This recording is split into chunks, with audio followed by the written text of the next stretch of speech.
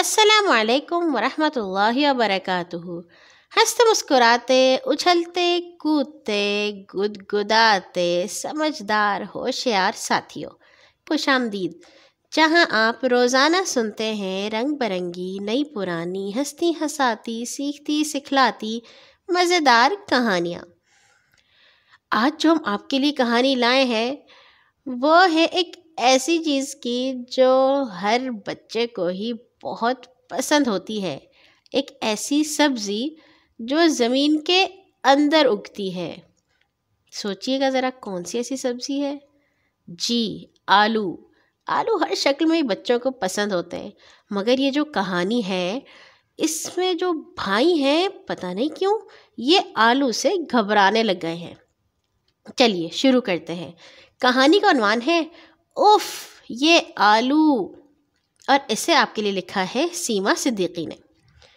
مسور مسور مسور، میں عاجز آ گیا ہوں مسور کی دال سے۔ کاشف نے اماں کو کھانا نکالتے دیکھ کر شور مچانا شروع کر دیا۔ آلو یا مسور کی دال، اس کے علاوہ تو ہمارے ہاں کچھ پکنے کا رواج ہی نہیں۔ ارے بیٹا، دال تو بڑی اچھی چیز ہے، تم نے سنا نہیں؟ دال سے قد بڑھتا ہے، خصوصاً مسور کی دال سے۔ لیکن اماں ذرا سوچئے، اگر ہم اسی رفتار سے قد بڑھاتے رہے تو کہاں جا پہنچیں گے؟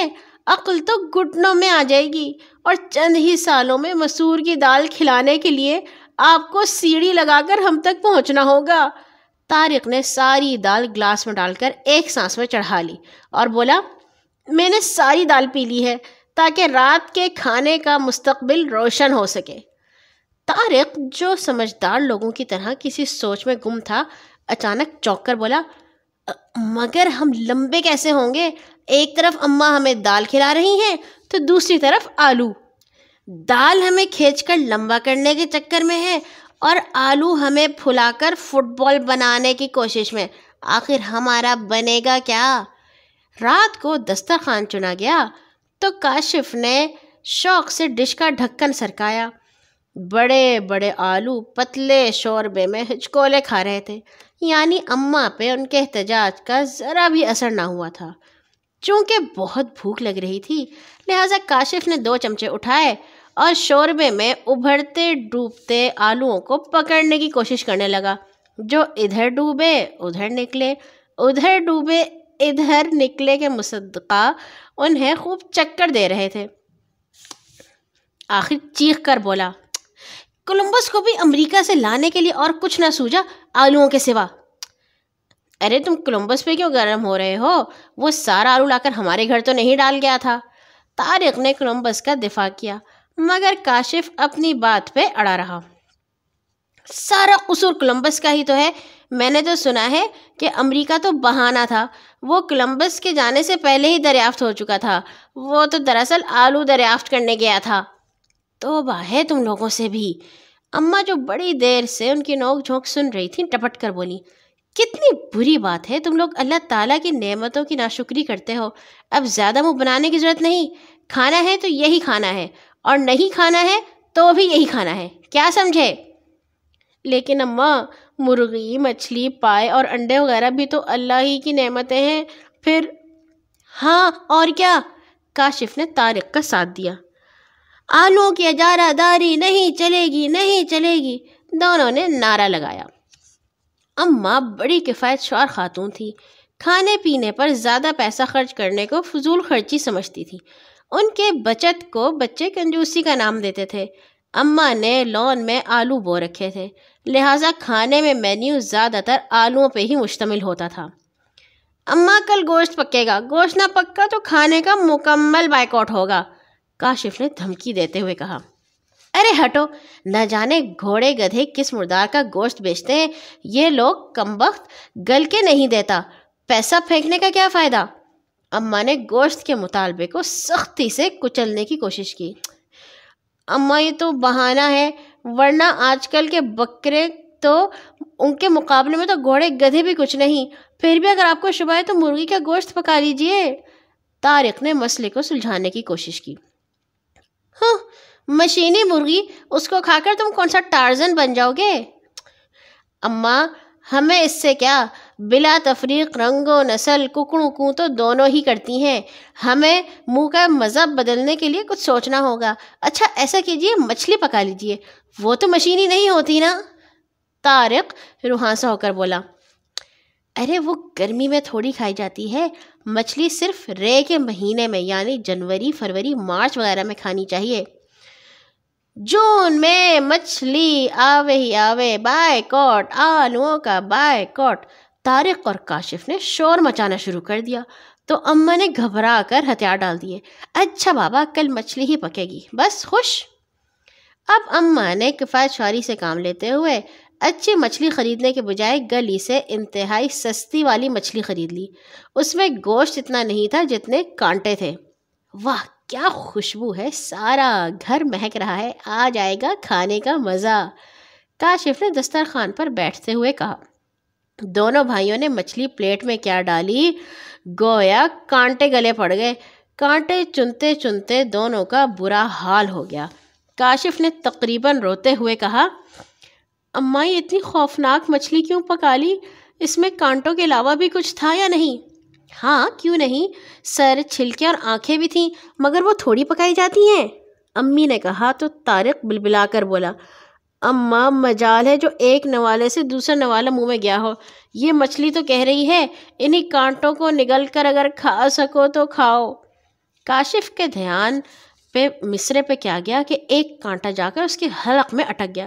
ہائے مر گیا, کانٹا حلق میں چلا گیا, جلدی سے پانی دیجیے. کانٹا, کاشف نے بری طرح حلق مسلتے ہوئے کہا. اس کی آنکھوں سے آنسو جاری ہو گئے. اماں گھبرا کر بولی, ارے نہیں بیٹا, پانی نہ پینا, تم نے سنا نہیں مچھلی کے فوراً بعد پانی پی لو تو مچھلی زندہ ہو جاتی ہے. ارے اماں مچھلی زندہ ہو کر کرے کہ بھی کیا, ہمارے پیٹ میں ہے ہی کیا آلوؤں کے سوا. اماں روٹی کا ٹکڑا توڑتے ہوئے بولی, لو یہ روٹی کا روکھا ٹکڑا نگل لو, کانٹا خود نیچے چلا جائے گا. طارق نے بھی کہا, خوب چاہی تھی دل نے چیز پڑی, چھوٹی سے بھی گئے, یعنی مچھلی کے چکر میں آلوؤں سے بھی گئے. امی نے ساری مچھلی سمیٹی اور گلی میں پھینک دی.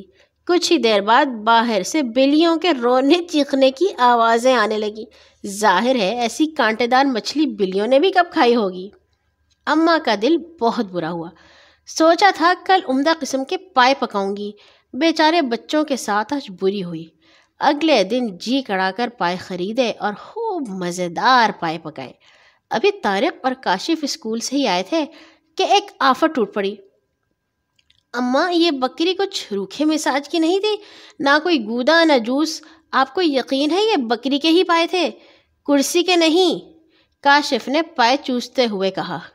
ارے بیٹا کیا بتاؤں, اماں نے افسردگی سے سر ہلایا.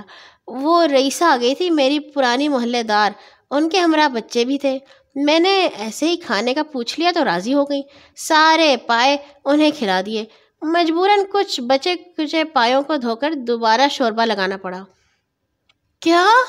صدمے سے طارق کی چیخ نکل گئی. اس کا مطلب ہے بکری بیچاری کا کوئی قصور نہیں, سارے خود غرضی رئیسہ خالہ کی تھی. جب ہی میں کہوں کہ پایوں میں سے جوس کی بجائے سوپ کیوں برآمد ہو رہا ہے.